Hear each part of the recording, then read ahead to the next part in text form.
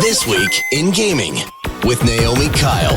Hello everyone, I'm Naomi Kyle and welcome back to This Week in Gaming. This week we're catching up on CES 2026, impending Xbox announcements, Ubisoft versus Canadian labor unions, and TV and film writer Gary Whitta's new project, See You in Hell. We've got all of this week's gaming news, so let's get started. In 2026, Xbox will celebrate their 25th anniversary, and to make sure they get it right, they have announced their first developer direct for 2026. Like past developer directs, Xbox will focus in on highlighting just a few of the latest games coming to Xbox. These being Forza Horizon 6, Beast of Reincarnation, and Fable. Fable, like many of you listening, is the game I am most excited to play this year. So I'm thrilled to learn that the developer Playground Games is going to introduce new gameplay, and very hopefully they will also treat us with an official release date for 2026. You can tune in to the Xbox Developer Direct yourself when it airs next Thursday on January 22nd at 10 a.m. Pacific Time or 1 p.m. Eastern Time. And if you happen to miss it, I will of course be covering Xbox Developer Direct here on January 26th. The 71 employees at Ubisoft Halifax in Nova Scotia have announced that they have successfully unionized, forming the first labor union in Ubisoft's North American division. However, just weeks after the union was ratified, Ubisoft has reported that they will be closing the Halifax studio. Ubisoft claims that the studio closure was not a sudden decision and has said in a statement that, over the past 24 months, Ubisoft has undertaken company-wide actions to streamline operations, improve efficiency, and reduce costs. As part of this, Ubisoft has made the difficult decision to close its Halifax studio. We are committed to supporting all impacted team members during this transition with resources, including comprehensive severance packages and additional career assistance. Ubisoft's untimely studio closure has raised concerns over at Communication Workers of America HQ, who have released the following statement on their website in response to the shutdown. CWA Canada will pursue every legal resource to protect our members at Ubisoft Halifax after the company announced that it is shutting down the operation just 3 weeks after workers voted to unionize. The timing of Ubisoft's announcement raises many questions for which we do not yet have the answers. Ubisoft's business in Halifax has been a successful operation for more than 10 years. In Canada, it is unlawful for a business to close because its workers decided to unionize. While we are not saying that this is what happened here, we will be demanding information from Ubisoft about the reason for the sudden decision to close. At the start of every year, Las Vegas packs away the holiday decorations and sets up lights of their own in preparation for the Consumer Electronics Showcase. CES is where tech companies from all around the world gather to show off the latest and greatest in technology. It's got everything from 130-inch TVs to backflipping robots, but to keep on theme with our show, we will of course be focusing in on the latest tech in gaming. Graphics card manufacturer NVIDIA unveiled version 4.5 of the technology known as Deep Learning Super Sampling. DLSS, as it is more commonly known, is a form of AI used to upscale low-resolution images to high-resolution images in a way that is less taxing on the graphics card and permits for higher frame rates. The computer parts manufacturer Corsair has integrated a Stream Deck into a gaming keyboard to create a seamless live streaming experience. And popular gaming accessories designer Razer is conceptualizing what the future gaming setups could look like, featuring a gaming chair with haptic feedback, spatial audio, and reactive lighting. They also presented a gaming headset prototype that uses AI and built-in cameras to improve the day-to-day experience of the user. And possibly most surreal of all was the introduction of Project Ava, Razer's desktop AI companion. Ava is an AI avatar hologram encased within a 5.5-inch tall tube.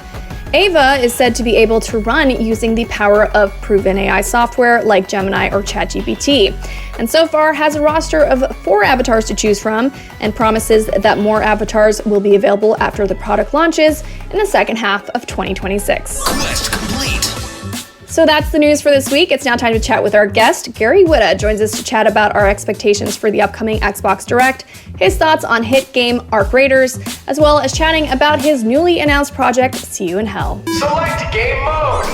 Multiplayer. Hey Gary, welcome to This Week in Gaming. First time here. Yes, what took you so long? I've been waiting for you to call me on this. It took way too long. And actually, I didn't want to tell you beforehand, and it's kind of a surprise, but you're officially the the guest that is on my 100th episode. Oh, wow. Okay. All right. Well, worth waiting for then to be Definitely part of such an auspicious episode. That's great. 100. Exactly. All right. On the other hand, you could say it took you 100 episodes to get me on. Come on.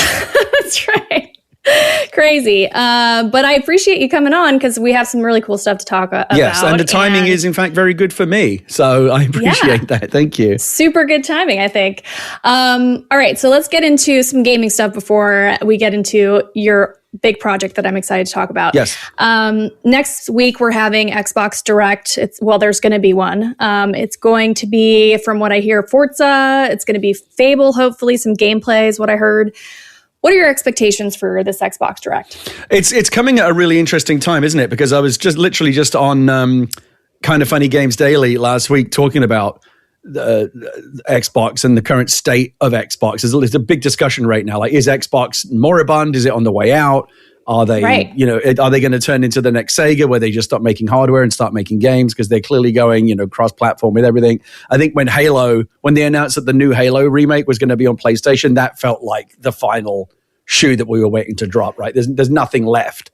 And for the longest time, people say, when Halo's on PlayStation 5, then and well, here we are. So I think ultimately that's another conversation, but I think ultimately it's the right strategy for Xbox. In the meantime, it's more of a short-term look of like, well, what have they got for us now, and they have, this is going to be an interesting one because, Fable, which I feel like, how many times have we seen this now? It's been a while, right? And we still don't know for sure. There's still no end in sight. Forza 6, it'll be nice to...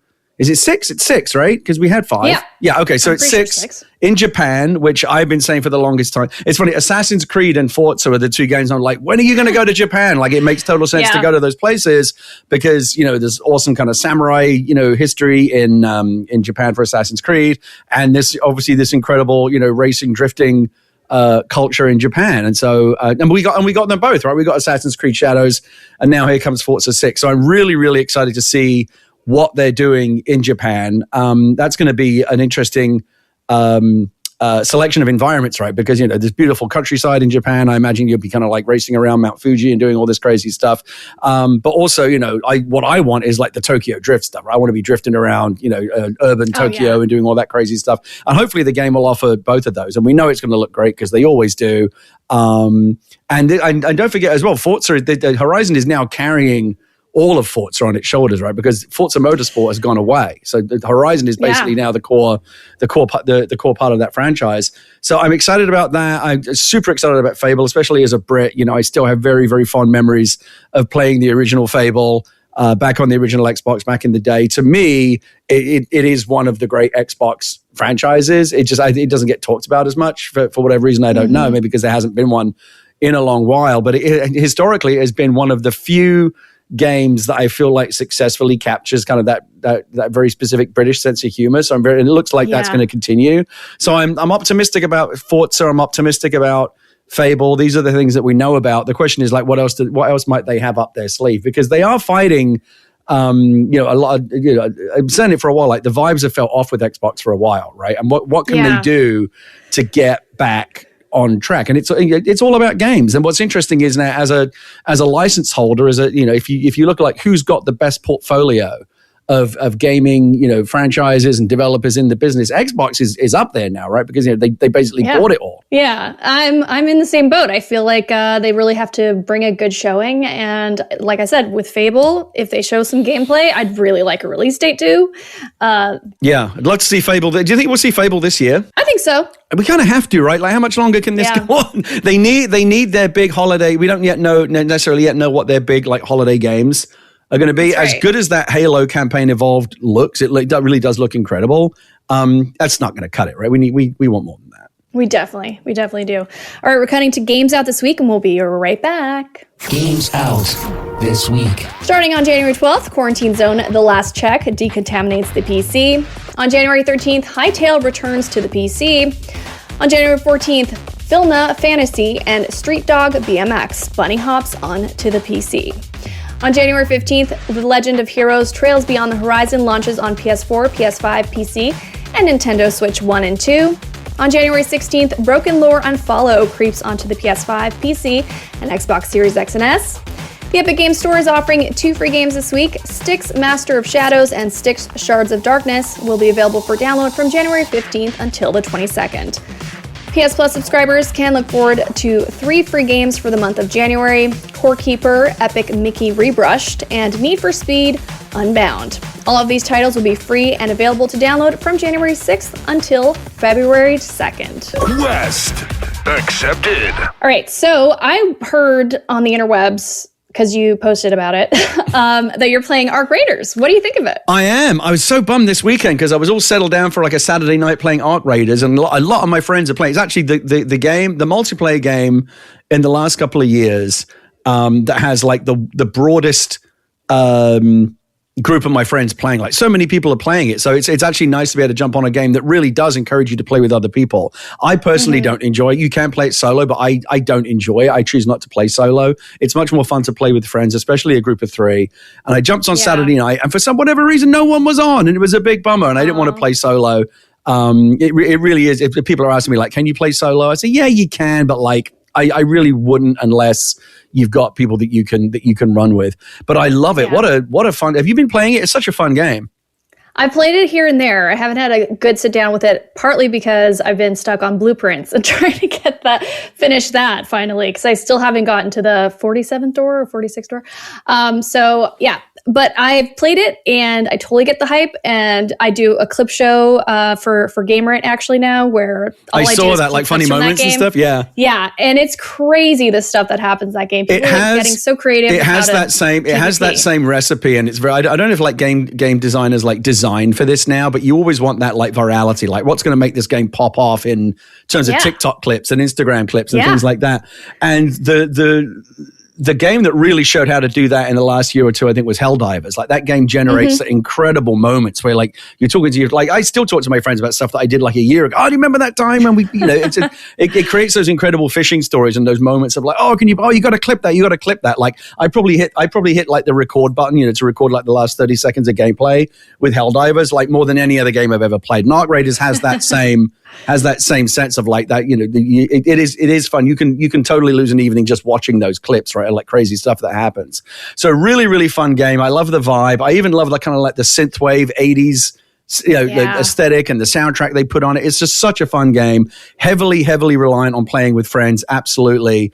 But I'm just having a blast. It's definitely, I think, one of the most fun games I've played in the last couple of years. Love it. Good. I'm glad I had you on to talk about it. We should play, right? I didn't know you were playing. We should. You and I used to play Helldivers. Let's play this. Constantly. All right, let's go. It's up our alley, so we're going to play it. And I haven't talked about that game yet on this show, so it's the first time we're talking about it. I think it's been such a phenomenon to see it be as popular as it is, so I'm excited that we're going to get to hop on and finally play it together. Do it. I'll be in touch with you right after this to hold you to your word. We're going to play. All right. We'll schedule something. Okay. All right. The reason I've had you on the show today is because you have a new project out. I have played a tiny little role in it, but it's there a are very no small roles, project. Naomi. Only small actors. I should remember that. You're right. But it's called See You in Hell. And I guess I don't really have questions about it because I know everything there is to know. I know everything there is to know, but what do you want to share about this and how did this project come about? Well, and like I said, the timing is perfect because this almost makes up for the fact that it took you 100 episodes to ask me on, because you finally got me on at a time where I can come on and plug something. Yeah, so just real quick, See You in Hell is essentially an audio sitcom, I guess you would call it, almost like we used to call them radio comedies. Now they're audio podcasts. We basically like the tech bros reinvent everything, right? Oh, we've invented a train that drives on the road. Great, you've invented a bus. Well done. This goes on all the time, and now we've reinvented radio comedy. And it's funny. I used to listen to I love Golden Age of radio. There's a channel called Radio Classics on Sirius. Where it's like all the old Jack Benny shows. I love all of that. But I should get on to plugging my thing. I'm so bad at this. I go off on tangents even when I've got something to plug. See You in Hell's an audio drama. It's a podcast. You can go to Apple Podcasts, Spotify. It was originally written as a TV pilot. As you know, I'm a film and television screenwriter. And I wrote it as a half-hour comedy pilot. But no one was ever going to make it because it's kind of like this. I guess the best comparison is like the studio, but like the studio, if it didn't have any filter of like studio or executive notes, it's just me, fully independent, completely self-funded. So I get to make all the politically incorrect and career-wise inexpedient jokes about Netflix and Larry Ellison and all these people that I shouldn't be making enemies of, but probably am now by poking fun at all of them. It's basically it's an inside baseball Hollywood comedy. It's about the current abject state of the TV business. It was written out of my frustration as a working screenwriter in the abject state of the TV business, and I was able, because I've been in this business for a long time and no one's working right now because the state of the business is so bad. I was able to get a bunch of really, really amazing actors, including yourself, to come on and play with us. So John Boyega, John Cryer, Shannon Woodward, Tommy Sadarsky, Alison Pill, Alex Winter, Greg Grunberg, Ben Starr. So many great actors in this piece. I will tell you right now, this is really, I'll give you the live piece of news. I just found out this myself. It came out a week ago yesterday as we record this.